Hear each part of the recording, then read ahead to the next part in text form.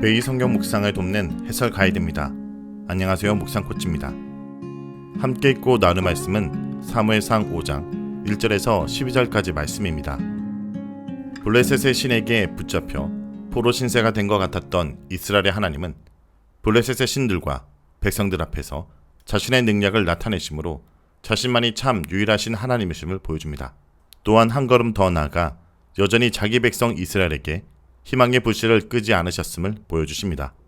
먼저 1절에서 5절 읽겠습니다. 블레셋 사람들이 하나님의 궤를 빼앗아 가지고 에베네셀에서부터 아스돗에 이르니라. 블레셋 사람들이 하나님의 궤를 가지고 다곤의 신전에 들어가서 다곤 곁에 두었더니 아스돗 사람들이 이튿날 일찍 일어나 본즉 다곤이 여호와의 궤 앞에서 엎드려져 그 얼굴이 땅에 닿았는지라. 그들이 다곤을 일으켜 다시 그 자리에 세웠더니 그 이튿날 아침에 그들이 일찍 일어나 본즉 다곤이 여호와 궤 앞에서 또다시 엎드려져 얼굴이 땅에 닿았고 그 머리와 두 손목은 끊어져 문지방이 있고 다곤의 몸뚱이만 남았더라.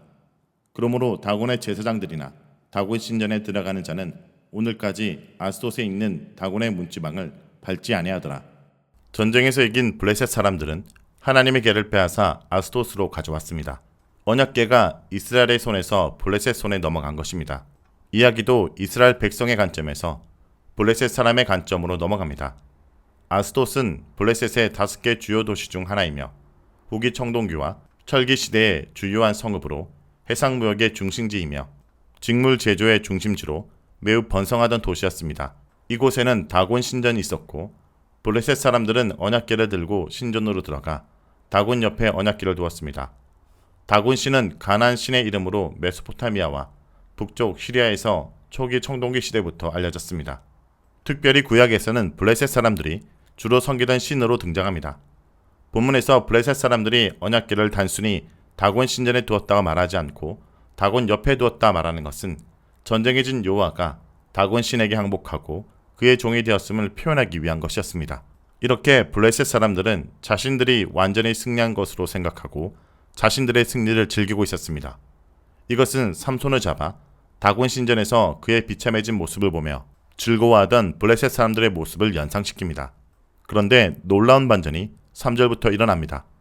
다음날 아침에 일어난 아스돗 사람들은 다곤이 여호와의 궤 앞에 엎드려져 있는 놀라운 광경을 보게 됩니다. 이 모습은 마치 다곤이 여호와의 전쟁에서 져서 여호와 앞에 완전히 항복하고 있는 것과 같습니다.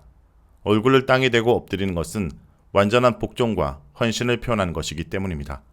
이를 본 블레셋 사람들은 다시 다곤을 원래 놓였던 곳에 세워놓습니다. 하나님께서는 분명히 블레셋 사람들이 이해할 수 있는 방법으로 다곤이 여호와 앞에 복종하고 있는 모습을 보여주어 여호와의 권능을 나타내었지만 이들은 사실을 외면하고 우연이나 누군가의 실수로 여기며 그냥 넘어가려고 한 것입니다. 하지만 다음날 더욱 놀라운 광경이 벌어졌습니다. 다곤이 여호와의 궤 앞에 엎드려져 있는 것은 동일하지만 이번에는 더욱 심각한 상태로 엎드려져 있습니다. 머리와 두 손이 잘려 문지방이 놓여 있고 다곤은 몸통 부분만 남겨져 있습니다.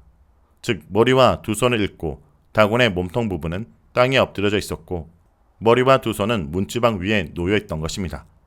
고대에는 전쟁에서 승리한 것을 보여주기 위해 적들의 머리와 손을 자르는 간습이 있었습니다.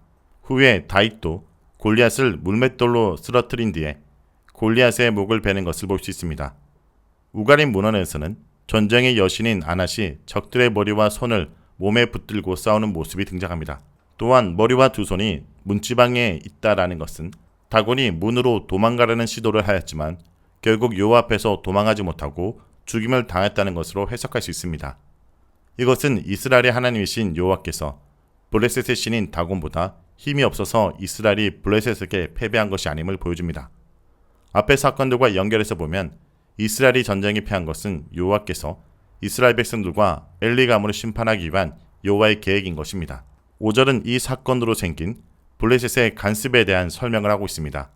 이 사건 이후 다곤 신전에 들어가는 사람이나 다곤 제사장들은 문지방을 절대 밟지 않는 간습이 생겼습니다. 이들은 다곤의 머리와 손이 놓인 문지방을 거룩한 것으로 생각하고 밟지 않았겠지만 역으로 이 간습은 다곤의 치욕적인 패배와 여호와의 권능을 계속해서 기억하게 하는 역할을 하였습니다. 다음은 6절에서 12절 읽겠습니다. 여호와의 손이 아스돗 사람에게 엄중히 더하사 독한 종교의 재앙으로 아스돗과 그 지역을 쳐서 망하게 하니 아스돗 사람들이 이를 보고 이르되 이스라엘 신의 계를 우리와 함께 있지 못하게 할지라. 그의 손이 우리와 우리 신 다곤에 친다 하고 이에 사람을 보내어 블레셋 사람들의 모든 방백을 모으고 이르되 우리가 이스라엘 신의 계를 어찌하랴 하니 그들이 대답하되 이스라엘 신의 계를 가드로 옮겨가라 하므로 이스라엘 신의 계를 옮겨갔더니 그것을 옮겨간 후에 여호와의 손이 심히 큰 환난을 그 성읍에 더하사 성읍 사람들의 작은 자와 큰 자를 다 쳐서 독한 종기가 나게 하신지라. 이에 그들이 하나님의 계를 에그론으로 보내니라. 하나님의 계가 에그론에 이른즉 에그론 사람이 부르짖어 이르되 그들이 여호와의 신의 계를 우리에게로 가져다가 우리와 우리 백성을 죽이려 한다 하고 이에 사람을 보내어 블레셋 모든 방백을 모으고 이르되 이스라엘 신의 계를 보내어 그 있던 곳으로 돌아가게 하고 우리와 우리 백성이 죽임을 면하게 하자니 이는 온 성읍이 사망의 환난을 당함이라. 거기서 하나님의 손이 엄중하심으로 죽지 않은 사람들은 독한 종기로 치심을 당해 성읍의 부르짖음이 하늘에 사무쳤더라. 본문은 이제 적극적으로 여호와께서 블레셋을 상대로 전쟁하시는 모습을 그리고 있습니다. 블레셋의 신인 다곤을 쓰러뜨린 여호와가 이제 직접적으로 블레셋 사람들에게 재앙을 내리기 시작합니다. 잘려나가 무력하게 된 다곤의 손과 대조적으로 여호와의 손은 강력한 힘을 발휘하기 시작합니다. 여호와께서 그들이 감당하기에는 너무 무거운 재앙을 내리기 시작한 것입니다. 참고로 여호와의 손이란 표는 출애굽기 9장 3절에서 애굽 사람들의 가축과 돌림병 재앙을 내릴 때 처음 사용되었습니다. 재앙의 종류는 독종으로 피부병의 일종입니다. 여호와께서는 이 재앙을 통해 아스돗과 그 지경을 모두 찢었습니다. 여호와께서 홀로 블레셋과 전쟁을 하신 것입니다. 끔찍한 재앙을 경험한 아스돗 사람들은 이 재앙이 여호와께서 자신들과 자신들의 신인 다곤과 전쟁을 하고 계신 것이라는 사실을 분명히 알았습니다. 여호와의 계가 블레셋 사람들에게 여호와의 힘을 보여주는 수단이 된 것입니다. 물론 법궤 자체에 힘이 있는 것은 아닙니다. 여호와께서 직접 손 쓰신 것이지만 블레셋 사람에게는 법궤 자체가 이스라엘의 하나님으로 여겨진 것입니다. 그리고 이 재앙을 견딜 수 없게 되자 블레셋 방백들을 모으고 재앙의 원인이 되는 여호와의 계를 어떻게 할지 논의하였고 이것을 가드로 옮기기로 하고 가드로 옮깁니다. 가드는 아스돗에서 북동쪽 산지에 있는 곳으로 골리앗의 고향입니다. 아직 다른 지방 사람들은 이스라엘 하나님의 무서움을 모르기 때문에 단지 장소만 옮기면 재앙이 그칠 것으로 생각한 것입니다. 하지만 가드에서는 더 크고 심한 재앙을 내리셨습니다. 성읍의 큰 자나 작은 자나 다 치셨다라는 것은 남녀노소 지위고하를 막론하고 모두에게 독종이 생기게 하셨다는 의미입니다. 가드의 재앙이 아스돗보다 더 심하게 내리자 다시 의논하여 이번에는 법궤를 가드 북쪽에 있는 또 다른 블레셋 도시인 에글론으로 보냅니다. 하지만 이미 법궤로 인한 재앙의 소문이 에글론에 퍼져 있었고 법궤가 에글론으로 오자 에글론 사람들은 법궤를 보낸 사람들을 향하여 우리를 죽이려고 보냈다고 원망합니다. 이런 에글론 사람들의 모습을 통해 이들이 법궤가 가져오는 재앙에 대한 공포로 거의 공황 상태에 빠졌다는 것을 알 수 있습니다. 에글론 사람들은 법궤를 받을 수 없다고 버티며 블레셋 방백들을 다시 불러 모읍니다. 그리고 법궤를 원래 있던 곳으로 돌려보내 죽음을 면하고자 제안합니다. 이 단락에서 여호와의 손이 엄중하다라는 표현과 여호와의 손이 매우 심하게 친다라는 표현을 반복적으로 사용하여 여호와께서 블레셋에 매우 심한 재앙을 내리고 있다는 것과 블레셋은 이런 하나님의 권능을 감당할 능력이 없다는 것을 보여줍니다. 결국 블레셋 사람들은 자신들의 신에게 도움을 요청하며 부르짖습니다. 마치 애굽 사람들이 여호와의 재앙을 당하여 크게 애곡하였던 것과 비슷합니다. 하지만 이들을 도울 수 있는 신은 세상에 존재하지 않기에 아무런 응답을 받을 수 없었고 여호와께서 내리는 재앙을 고스란히 받아야 했습니다. 이들은 비록 이스라엘과 전쟁에서 크게 승리하였지만 오히려 안심하고 돌아온 고향에서 행해지는 여호와의 공격에 속수무책으로 당하며 패배의 피눈물을 흘리지 않을 수 없었습니다. 비록 여호와께서는 이스라엘의 죄와 엘리 가문의 죄를 심판하기 위해 블레셋을 몽둥이로 사용하셨습니다. 그리고 하나님께서는 몽둥이로 사용하신 블레셋과 홀로 싸워 하나님의 권능과 힘을 보여주심으로 이스라엘의 패배가 곧 여호와의 실패가 아니라는 것을 보여주셨습니다. 나의 실패가 곧 하나님의 실패가 아닙니다. 우리가 실패했을 때 혹은 우리가 해결할 수 없는 상황에 놓였을 때 하나님이 여전히 전능하시기에 우리는 하나님의 도움을 간구하고 의지해야 될 것입니다. 자, 여기까지가 사무엘상 5장 1절에서 12절까지 말씀입니다.